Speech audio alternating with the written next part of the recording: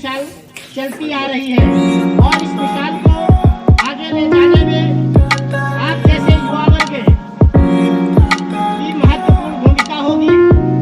ये कि सही मायने में आप इस महोदय विद्यालय समिति के उद्देश्यों और एक आदर्श ग्राम सभा के माध्यम से यहाँ जो भी सदस्यगण उपस्थित है, ग्राम सभा की भूमिका, ग्राम सभा का उद्देश्य, ग्राम सभा की बुनियादी समस्याएं और ग्राम सभा के जो भी सदस्यगण हैं, इन सदस्यों के माध्यम से हमें अपने देश को एक विकसित राष्ट्र, एक आदर्श युवा ग्राम सभा के रूप में विकसित किया जाना है।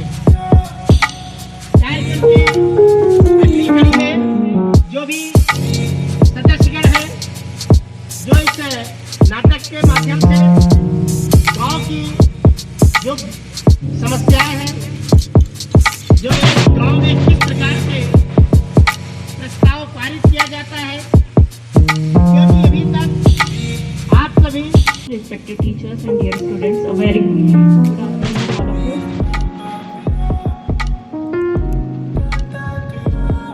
एक बार एक गांव में नदी के किनारे इलाकों में बाढ़ आ गई और बाढ़ आने की वजह से गहरा संकट सबके सामने उपस्थित हो गया। जनमानस की हानि का और बड़े बुजुर्गों की समक्ष एक बहुत बड़ी समस्या थी।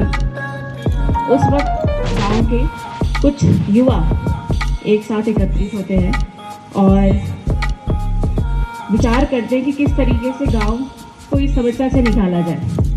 सरकारी मदद आने में बहुत समय लगता है। ऐसे में युवाओं ने कुछ बोरों में बालू भरकर उसे किनारों पे लगाया ताकि बाढ़ का पानी आगे और ना आए, लोगों तक ना पहुंचे। इसके अलावा साफ सफाई का काम किया, लोगों से एक जगह से दूसरी जगह विस्थापित करने का काम किया। और सदस्य एक शिक्षा समिति प्रमुख वंदना सिंह, वार्ड सदस्य 2 स्वच्छता एवं स्वास्थ्य समिति प्रमुख साक्षी, वार्ड सदस्य 3 खेल एवं संस्कृति समिति प्रमुख आदित्य सिंह रावत, वार्ड सदस्य 4 पर्यावरण समिति प्रमुख यशोदा चौहान, रोजगार सहायक छविराज अधिकारी, data entry operator Lokesh Loni, कृषि सहायक पीयूष भट्ट, आंगनवाड़ी कार्यकर्ता माही रावत, आशा कार्यकर्ता पूजा बोरा, शिक्षक प्रधानाध्यापक की भूमिका में मनोज भट्ट, अभिभावक प्रतिनिधि सौरभ जोशी, एसएचजी सदस्य मध्याह्न भोजन दिया भट्ट, एसएचजी सदस्य 2 ऊनी उत्पाद भावना, एनजीओ कार्यकर्ता कनिष्का, किसान प्रतिनिधि दिव्यांश घरकोटी, युवा प्रतिनिधि प्रियांशु चंद, वरिष्ठ महिला प्रतिनिधि कविता जोशी और नागरिक की भूमिका में अभिनव खरकवाल।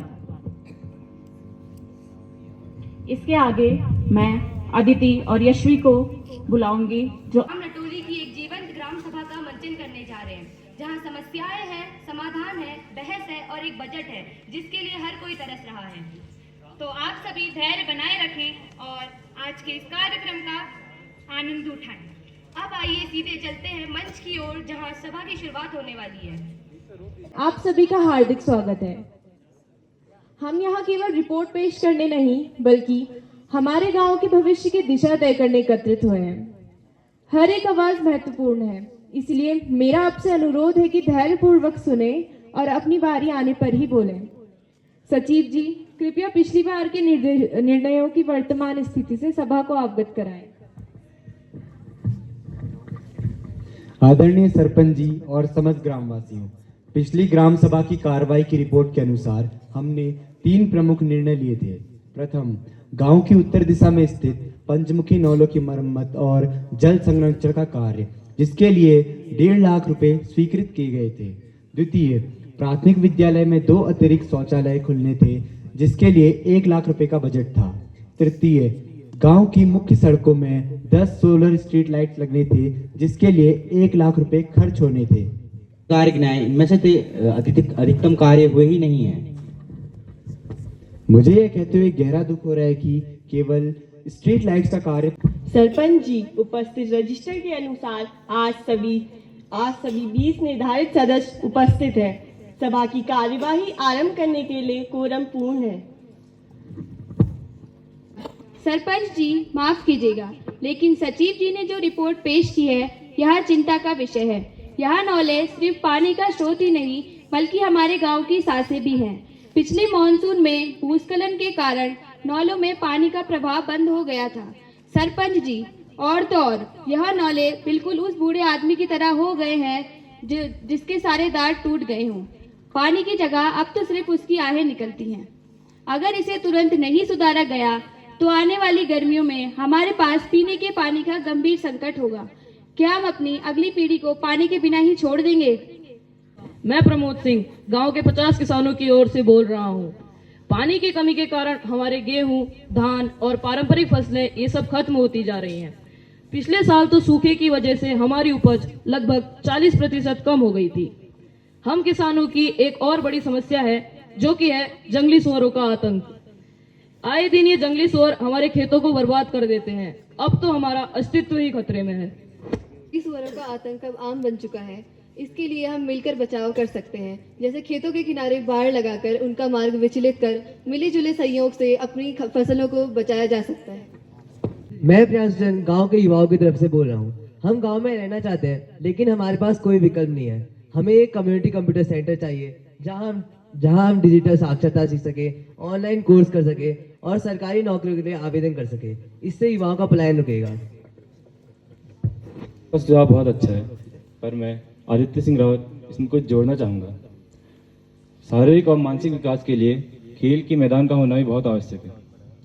और जैसा कि आप सब जानते हैं, हमारे पहाड़ों के ज़्यादातर युवक सेना की भर्ती की तैयारी करते हैं और शारीरिक रूप से तैयारी करने के लिए उन्हें खेल के मैदान की आवश्यकता है।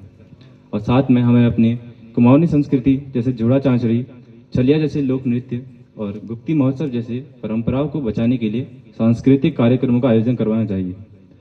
और हम माह 2 माह के अंतराल में एक युवा खेल प्रतियोगिता करवा सकते हैं, जिससे हमारे युवक ऑनलाइन गेम्स जैसे पबजी, फ्री फायर की तरफ न जाकर फुटबॉल, हैंडबॉल जैसे शारीरिक खेलों में रुचि दिखाएं। धन्यवाद। सभा के सभी सदस्यों, सभी को नमस्कार। मैं कृषि सहायक पीयूष आप सभी के समक्ष एक आर्थिक प्रस्ताव प्रस्तुत करने जा रहा हूँ।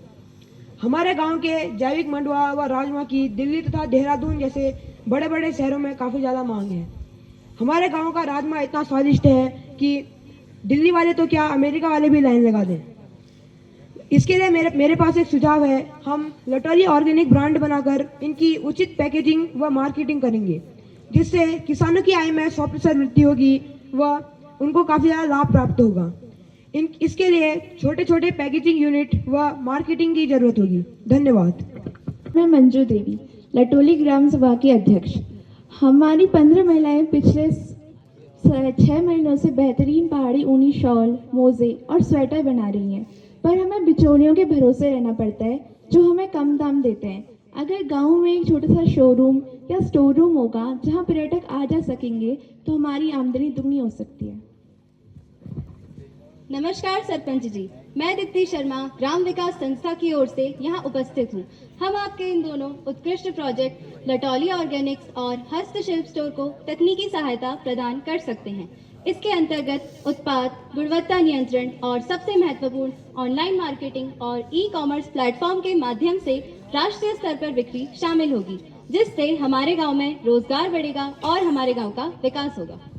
प्राइवेट स्कूलों में बच्चों को इसकी सुविधाएं मिल रही है, तो हमारे बच्चे इससे वंचित क्यों रहे? इसके बारे में क्या किया जा रहा है? भुवनदा, मैं आपके विचारों से सहमत हूँ। सर, मैं शिक्षा समिति प्रमुख अनीता जोशी। इन सभी प्रस्तावों के साथ साथ हमें शिक्षा के मूल ढांचे पर ध्यान देना होगा, ताकि और स्कूलों में कम से कम एक पुस्तकालय और कंप्यूटर कक्ष की सख्त आवश्यकता है, ताकि बच्चे डिजिटल प्रतिस्पर्धा कर सके। आगे पंचायत विचार करे। प्रीति पांडे, स्वच्छता की बात करूं तो सिर्फ शौचालय बनाना ही जरूरी नहीं है। हमारे आसपास की कई सार्वजनिक शौचालय अक्सर बंद रहते हैं। उनके रखरखाव और जल निकासी की उचित व्यवस्था जरूरी है। यही स्वच्छता की पहली सीढ़ी है। समस्या का एक पहलू रखना चाहूँगा। इस कार्य के लिए मनरेगा के तहत धनराशि स्वीकृत हुई है, पर महत्वपूर्ण समस्या मजदूरों की कमी है।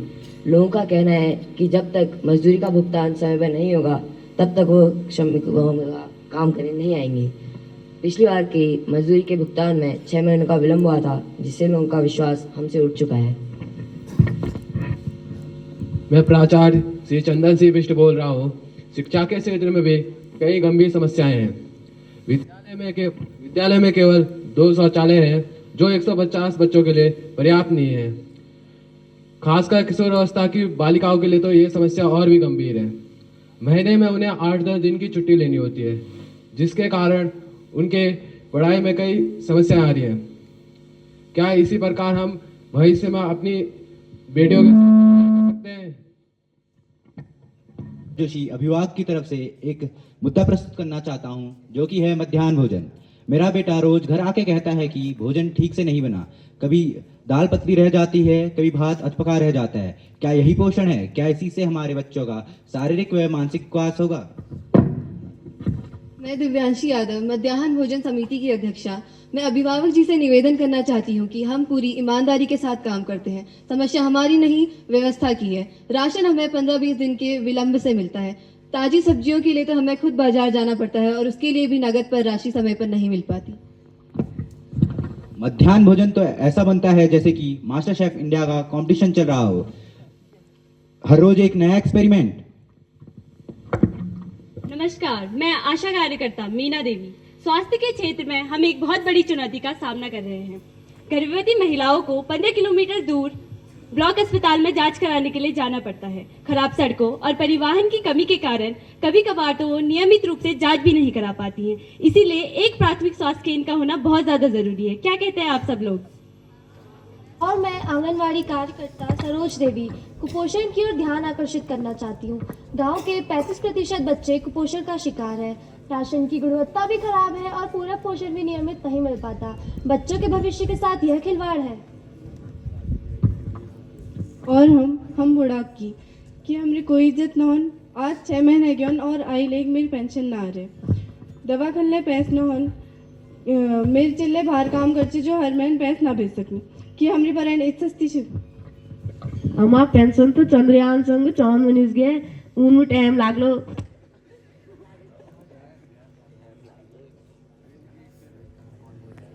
निधि में हमारे पास कुल 8 लाख रुपए उपलब्ध है। सभी प्रस्तावों का विस्तृत अनुमानित खर्च इस प्रकार है।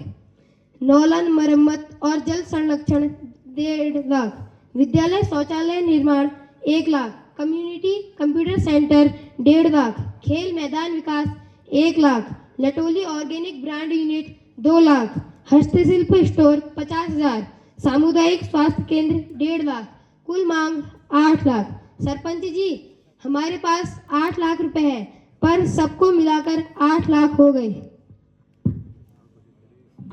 व्यवस्था बनाए रखें। मैं समझती हूँ कि हर एक प्रस्ताव महत्वपूर्ण है, लेकिन हमारे संसाधन सीमित हैं। हमें रणनीतिक रूप से प्राथमिकताएं तय करनी होंगी। मेरी ओर से संशोधित प्रस्ताव यह है। पहला, जल ही जीवन है और सभी विकास की आधारशिला के अंतर्गत नौला मरम्मत सर्वोच्च प्राथमिकता 1.5 लाख। दूसरा, बेटियों की शिक्षा और स्वास्थ्य सुरक्षा के लिए स्कूल शौचालय निर्माण 1 लाख। तीसरा, किसानों की आय दुगनी करने और टिकाऊ आजीविका के लिए लटोली ऑर्गेनिक ब्रांड यूनिट 2 लाख। चौथा, युवाओं को रोकने और डिजिटल समावेश के लिए कम्युनिटी कंप्यूटर सेंटर 1.5 लाख। पांचवा, महिला सशक्तिकरण और स्थानीय अर्थव्यवस्था के लिए हस्तशिल्प स्टोर 50,000। छठा, युवाओं के शारीरिक और मानसिक विकास के लिए खेल मैदान का प्रारंभिक विकास 50,000। सातवां, अप्रत्याशित खर्चों के लिए आकस्मिकता निधि 1 लाख, कुल 8 लाख। इस प्रकार स्वास्थ्य केंद्र को अगले वित्तीय वर्ष के लिए स्थगित किया जाता है, क्योंकि यह एक बड़ा प्रोजेक्ट है। हालांकि आशा जी, हम अगले महीने एक बड़े स्वास्थ्य शिविर का आयोजन सुनिश्चित करेंगे। और वरिष्ठ महिला जी, आपके पेंशन के मुद्दे को मैं अगले सप्ताह स्वयं ब्लॉक लेवल पर उठाऊंगी। क्या सभी सदस्य संतुलित बजट योजना से सहमत हैं?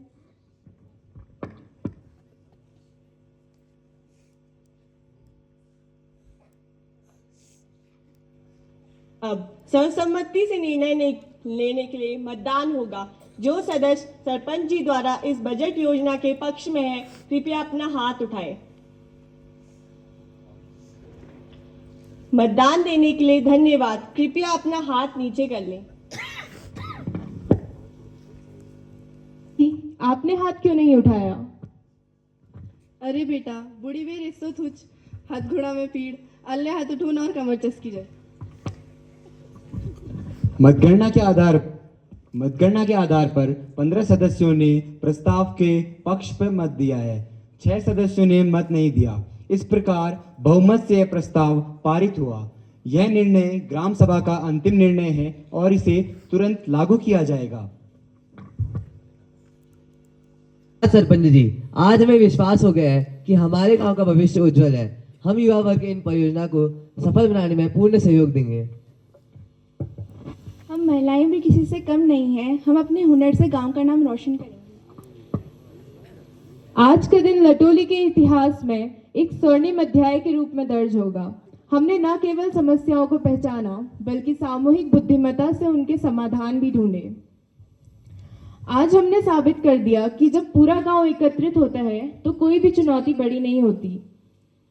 मैं हर समिति के प्रमुखों से अपील करती हूँ कि अपनी कार्य योजना बनाकर शीघ्र आरंभ करें।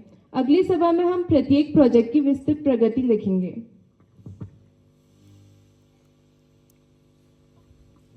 यही सामूहिक जिम्मेदारी और सहयोग की भावना हमें आगे बढ़ाएगी।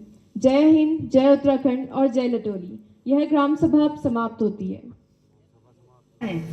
इन युवा कलाकारों ने न सिर्फ हमें हंसाया बल्कि गांव की वास्तविक चुनौतियों और उनके संभावित समाधानों से भी रूबरू कराया।